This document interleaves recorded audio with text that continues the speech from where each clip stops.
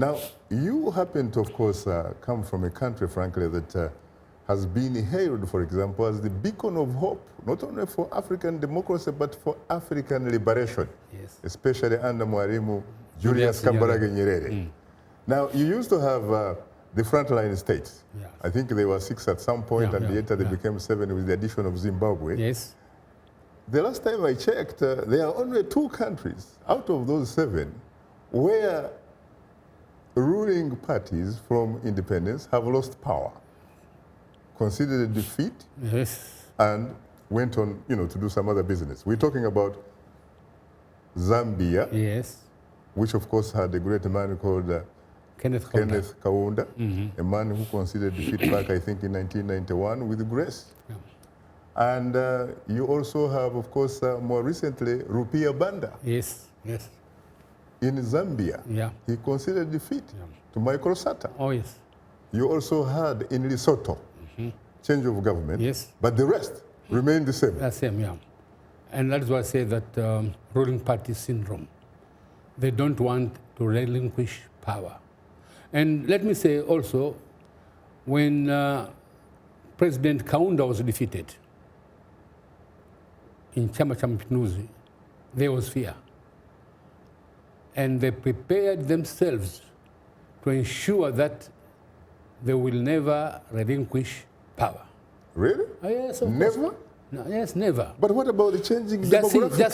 see. You see, in CCM, especially in Zanzibar, there were some cadres who were saying that they cannot handing over power because of the ballot paper.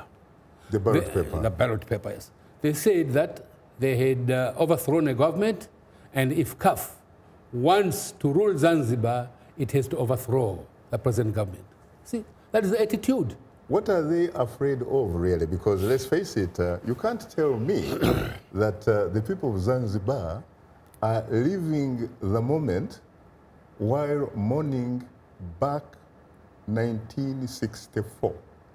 Are you sure you cannot transit 1964 when my brother Field Marshal John Okello led these young men who overthrew the Sultan and took over power? Well, there are some circles within CCM who always cling to the revolution of 1964, that they are defending the revolution. And that is, the problem. That is why they don't want defeat, because the excuse is that they are defending the revolution. The revolution. Yeah, but we made a headway. You see, in 2009, we have another accord with President Karume, whereby the reconciliation process started. And that led to the amendment of the Constitution of Zanzibar, which allowed for the formation of government of national unity. And that was done purposely to make every party to be comfortable. Even if I'm defeated, still I will be in the government. Power sharing. Power sharing, yes.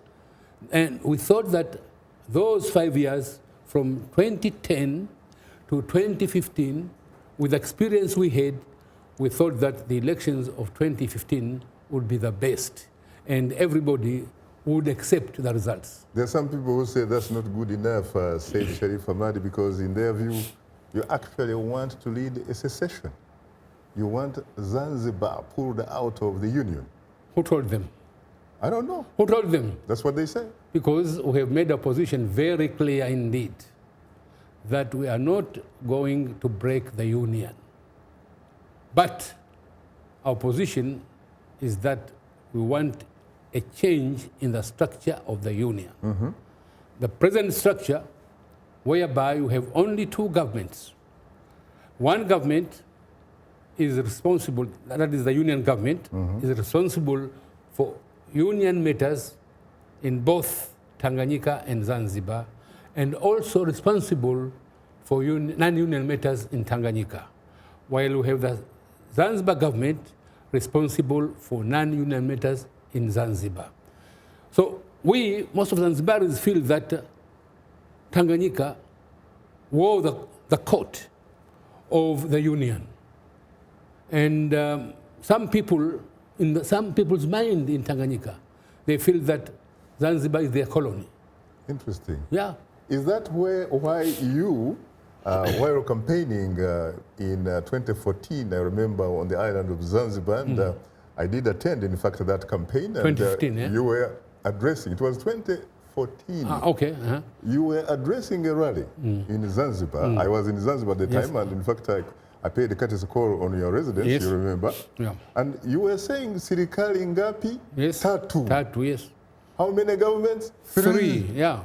And basing that, of course, on the constitutional proposal by Warioba, the former, of course, Tanzanian Prime Minister, and of course, a man of letters and what have you.